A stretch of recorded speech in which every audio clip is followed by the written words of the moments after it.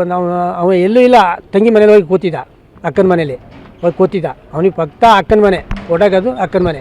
ಅವನಿಗೆ ಹೆಂಡ್ತಿಗಿಂತ ಮೇಯ್ನ್ ಅಕ್ಕ, ಅವನಿಗೆ ಹೆಂಡ್ತಿ ಬೇಡ, ಅವನಿಗೆ ಅಕ್ಕ ಇದ್ರೆ ಸಾಕು ಅಷ್ಟೇ. ಹೌದೌದು, ಸಬ್ರಿ ಹಿಂದೆ ಕೂಡ ಒಂದು 2-3 ಸರಿ ಇದೇ ಥರ ಗಲಾಟೆ ಹೌದು, ಇದೆ ಹೌದು, ತೀರ್ಮಾನ ಮಾಡಿದೆ. ಆಮೇಲೆ ಒಂದು 8 ದಿನಕ್ಕೆ ಬಂದು ಮಾವನ ಕಾಲು ಹಿಡಿದು ನಾನು ತಪ್ಪು ಮಾಡಿದೆ, ಏನೋ ಆಗೋತು ಅಂದರು. ಆಯಿತು, ನೀವು ಗಂಡ ಹೆಂಡ್ತಿ ಹೊಂದ್ಕೀರಿ, ನನಗೇನು ಅಳಿಯ ಮಗಳನ್ನ ಬೇರೆ ಮಾಡಬೇಕು ಅನ್ನೋದೇನು ಮಾಡಲ್ಲ. ನೈಟ್ ದಿನ ಅವನು ಒಂದು ಅಳಿಯ ಅಂತ ಕರೀಲ್ಲ, ಮಗ ಅಂತಲೇ ಕರೆದಿದ್ದು. ಚೆನ್ನಾಗಿರಿ ಅಂತೇಳಿ ನೈಟ್ ನಮ್ಮಲ್ಲಿ ಬಂದು ಅವ್ರು ಊಟ ಮಾಡಿ ಒಪ್ಪಿಂಡು ದೇವ್ರ ಸುದ್ದಿ ಎಲ್ಲ ಹೇಳಿ ಕಾಲು ಹಿಡಿದು ಬಂದು ಆಯ್ತು ಕರ್ಕೋಗಿ ಅಂತ ಹೇಳಿದ್ರು. 8 ದಿನ ಚೆನ್ನಾಗಿ ನೋಡಿದ್ರು.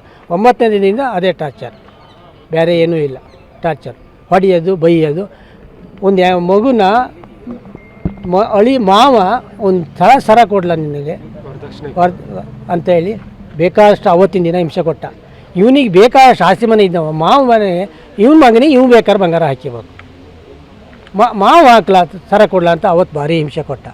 ಆಮೇಲೆ 25,000 ರೂಪಾಯಿ ಹಿಂಟಿ ಅಂತ ನೀನು ತವ್ರ ಮನೆಯಿಂದ ನಂಗೆ 25,000 ರೂಪಾಯಿ ಇಸ್ಕೋಬೇಕು ಅಂತ, ಹೆಂಡ ಕುಡಿಯೋದು 25,000 ರೂಪಾಯಿ ಇಸ್ಕೊ ಬರಲೇಬೇಕು ಅಂತ ಹೇಳಿ. ಇಲ್ಲ, ನಾನು ಆಗಲ್ಲ, ಕೊಡೋಕ್ಕಾಗಲ್ಲ. ನಾನು ಏನಂತ ಹೋಗಿ ಕೇಳಿ, ಕೊಡೋಕ್ಕಾಗಲ್ಲ. ನಿಮ್ಮ ಮಾವ ನಿನ್ನ ಅಪ್ಪ ಎಷ್ಟು ವರದಕ್ಷಿಣೆ ಕೊಟ್ಟಾರ, ನನಗೆ ವರದಕ್ಷಿಣೆ ಏನಾದ್ರು ಕೊಟ್ಟಾರನೋ? ನಂಗೆ 5 ಲಕ್ಷ ರೂಪಾಯಿ ವರದಕ್ಷಿಣೆ ತಂದು ಕೊಡಲೇಬೇಕು. ಈಗ ನೀನು ಆಗಲೇಬೇಕು. ನಾನು ಸ್ವಲ್ಪ ಸಮಸ್ಯೆ ಇಲ್ಲ ಇದ್ದೀನಿ. ಸಮಸ್ಯೆ ಅಂದರೆ ಹೆಂಡ ಕುಡಿಯೋದು ಅಷ್ಟೇ ಸಮಸ್ಯೆ, ಮತ್ತೇನೂ ಇಲ್ಲ. ಮನೇಲಿ ಬೇಕಾದಷ್ಟು ಅದೇ ಅದು ಎಲ್ಲದಕ್ಕಿಂತ ಮೇಯ್ನು. ಅವ್ರ ಮನೇಲಿ ಆಗದೆ ಅಪ್ಪ, ತಾಯಿ, ಅಕ್ಕ.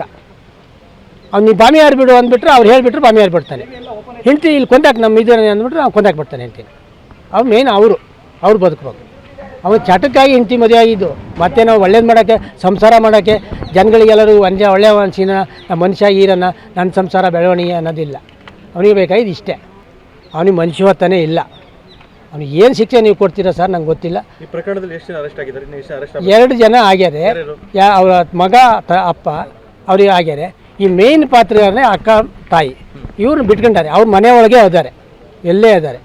ಅವ್ರ ಹತ್ರಕ್ಕೆ ಇವ್ರು ಹೋಗ್ತಾ ಇಲ್ಲ. ಪೊಲೀಸ್ನವ್ರು ಯಾಕೆ ಹಂಗೆ ಮಾಡ್ತಾರೋ ನಂಗೆ ಗೊತ್ತಿಲ್ಲ. ನಾವು ಕಂಪ್ಲೇಂಟ್ ಕೊಡ್ತೀವಿ.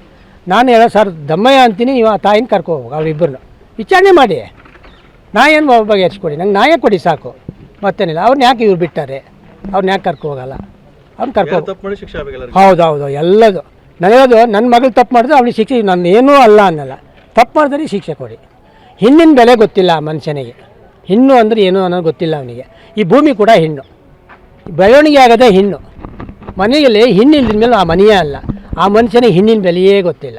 ಅವನ ತಾಯಿ ಹೆಣ್ಣಂತೆ, ಅವನ ಅಕ್ಕ ಹೆಣ್ಣಂತೆ, ಮನೆಗೆ ಬಂದು ಹೆಂಡ್ತಿ ಹೆಣ್ಣಲ್ಲ ಅಂತ ಅವನಿಗೆ ಗೊತ್ತೇ ಇಲ್ಲ ಏನು ಅನ್ನೋದು.